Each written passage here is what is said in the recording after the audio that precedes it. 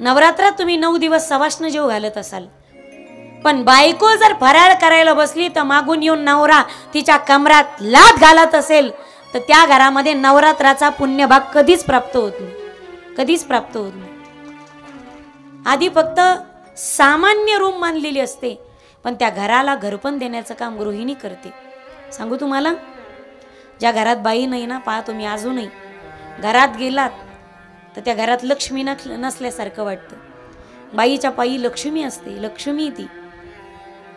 म्हणून विनंती असेल माझी, कोण्याही पुरुषाने स्त्रीचा कधी अपमान करायचा नसतो, अजिबात नाही. तुम्ही जर वारंवार त्या लक्ष्मीचा अपमान करत असाल तर तुमच्या घरी पैसा कधीच येणार नाही. म्हणून घरची लक्ष्मी जर सुखात राहिली तर त्या घरामध्ये भरभराट येत असते, त्या घरामध्ये सुख आणि समृद्धी नांदते. म्हणून खरी लक्ष्मी ही घरची सौभाग्यवती असते, आपल्या घरातली सून असते, तुमच्या घरातली तुमची पत्नी, तुमच्या घरातली तुमची मुलगी, घरची लक्ष्मी. आधी त्यांना सुखी ठेवा, ती लक्ष्मी आपोआप सुखी झालेली असेल आणि तृप्त झालेली असेल.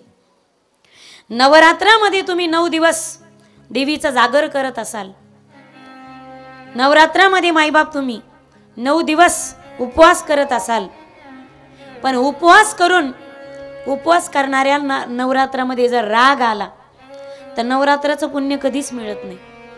फराळ करून माणसाला ढेकर आला तर नवरात्राचं पुण्य कधीच भेटत नाही. नवरात्रात तुम्ही 9 दिवस सवाष्ण जेव घालत असाल, कुमारिका पूजन करत असाल आणि कुलदेवीचं दर्शन करण्यासाठी कुलपीठावरती तुळजापूरला, माहूरला, कोल्हापूरला, वणीला जात असाल, पण बायको जर फराळ करायला बसली तर मागून येऊन नवरा तिच्या कमरात लाथ घालत असेल तर त्या घरामध्ये नवरात्राचा पुण्यभाग कधीच प्राप्त होत नाही, कधीच प्राप्त होत नाही. घरात तुम्ही 9 दिवस देवीचं जागरण गोंधळ घालत असाल, सवाष्ण जेव घालत असाल, 9 दिवस उपवास धरत असाल, पण सासू सुनाला शिव्या घालत असेल आणि गर्भातल्या बालिकेचं गर्भात परीक्षण करून तुम्ही तिचा गर्भपात जर करत असाल सुनेचा, तर 1000 नवरात्र केले तरी त्या घरात नवरात्राचा पुण्यभाग कधीच प्राप्त होत नाही. मग घरची खरी लक्ष्मी आणि खरी जगदंबा आमच्या घरातली आमची सुने, आमची पोरगी, बायको आहे. मी काल परवा तुम्हाला बोलून गेले, ज्याला आई, बहीण, बायको आणि मुलगी या 4 स्त्रियांविषयी आदर करता आला, त्या पुरुषाला जगातली प्रत्येक स्त्री ही वंदनीयच आहे आणि प्रत्येक स्त्री ही देवी स्वरूपच आहे. त्याला स्वतःचं घर सोडून कधी मंदिरात कोणत्या देवीचं दर्शन घ्यायची गरज पडत नाही, ज्याची नजरच पवित्र दिली. गजेंद्राच्या सुनांनी सोंडा मोकळ्या केल्या, आपापल्या नवऱ्याच्या कानामध्ये घातल्या, सुनानी लेक निघून गेले. पण म्हातारीला नाही ना सोडता येत, बरोबर आहे ना. लेका सुनांनी सोडलं, पण बायकोला सोडता येतं का?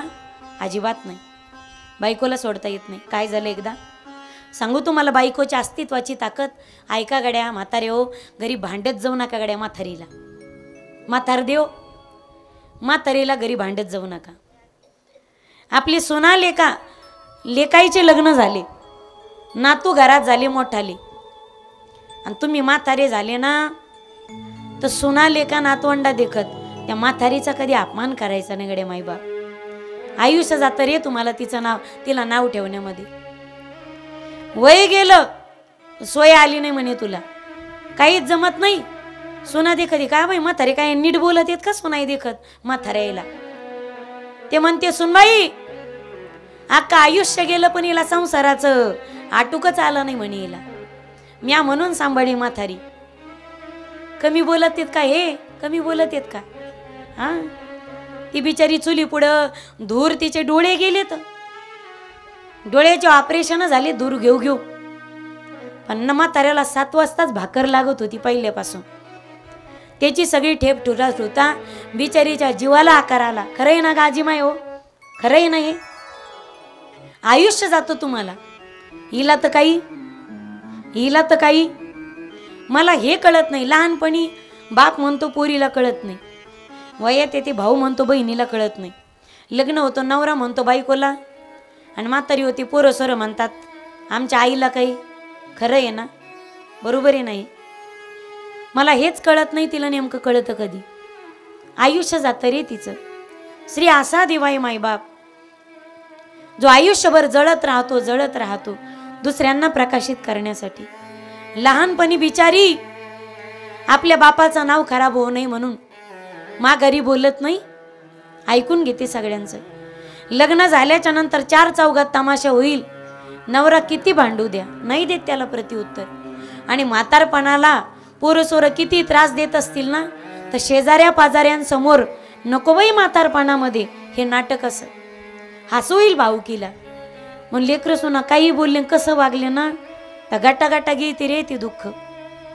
लहानपणी हे बापाचं घर आहे, लग्न होऊन माझ्या नवऱ्याचं घर, म्हातारपणामध्ये माझ्या पोरायचं घर, याचं घर त्याचं घर, हे माझं ते माझं करता करता बिचारी कधी बेघर होते. म्हातारी होते रे 80-85 वर्षाची, पण कधी बेघर होते ना, तिलाही कळत नाही गड्या.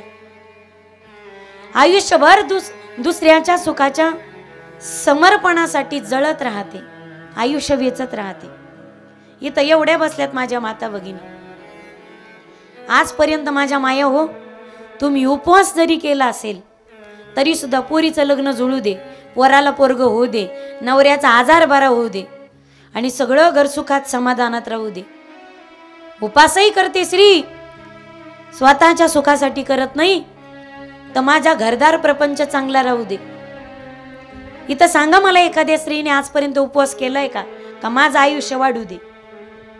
स्वतःसाठी केलाय उपवास तुम्ही एखादा? स्वतःसाठी तर मागायचं विसरूनच जाते रे ती. सगळं सुख दडलेलं असतं तिचं तिच्या घरादारामध्ये, प्रपंचामध्ये, तिच्या नातवंडा सुनामध्ये, तिच्या नवऱ्यामध्ये.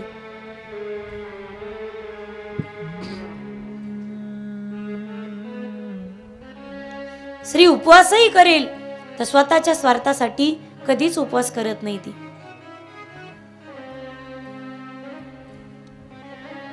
विनंती असेल माझी दादांनो,